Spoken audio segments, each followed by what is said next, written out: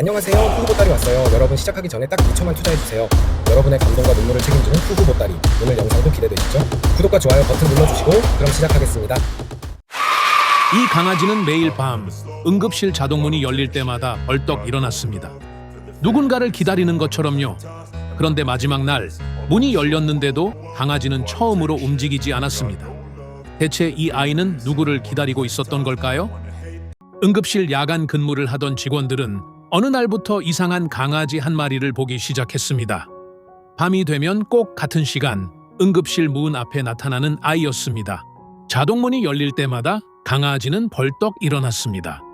누가 나오든 한참을 바라봤고 자신이 기다리던 사람이 아니면 다시 조용히 앉았습니다. 비가 오는 날도 바람이 차가운 날도 마찬가지였습니다. 누가 데려가려 하면 잠시 따라가는 듯 하다가도 결국 다시 응급실 문 앞으로 돌아왔습니다. 간호사들은 처음엔 길을 잃은 줄 알았습니다. 하지만 며칠이 지나도 강아지는 같은 곳, 같은 시간, 같은 문만 바라봤습니다. 누군가를 기다리는 게 분명했습니다. 결국 직원들은 며칠 전 응급실 CCTV를 확인했습니다.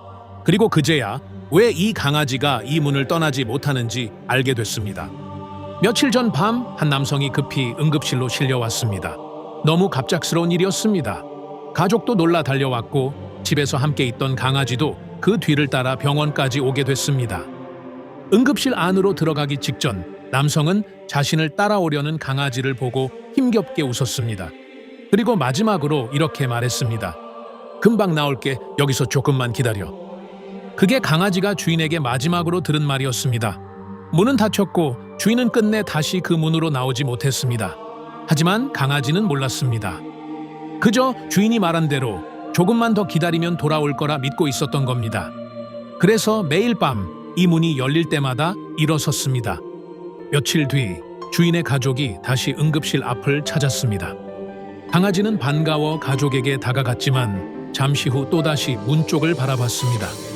아직도 주인이 나올 거라 믿고 있는 듯했습니다. 가족은 차마 아무 말도 못하다가 주인이 평소 강아지를 부를 때 녹음되어 있던 짧은 목소리를 들려주었습니다. 이리 와, 우리 애 잘 기다렸어. 그 순간 응급실 문이 다시 열렸습니다. 하지만 강아지는 처음으로 일어나지 않았습니다. 그저 가족의 무릎에 조용히 얼굴을 기대었습니다. 마치 이제야 기다리던 사람이 다시 돌아오지 못한다는 걸 받아들이는 것처럼요. 그날 이후 강아지는 더 이상 응급실 문 앞에 오지 않았습니다. 주인이 남긴 마지막 말은 지켰고 이제는 주인이 사랑하던 가족 곁으로 돌아갔습니다. 강아지가 기다린 건 응급실 문이 아니었습니다.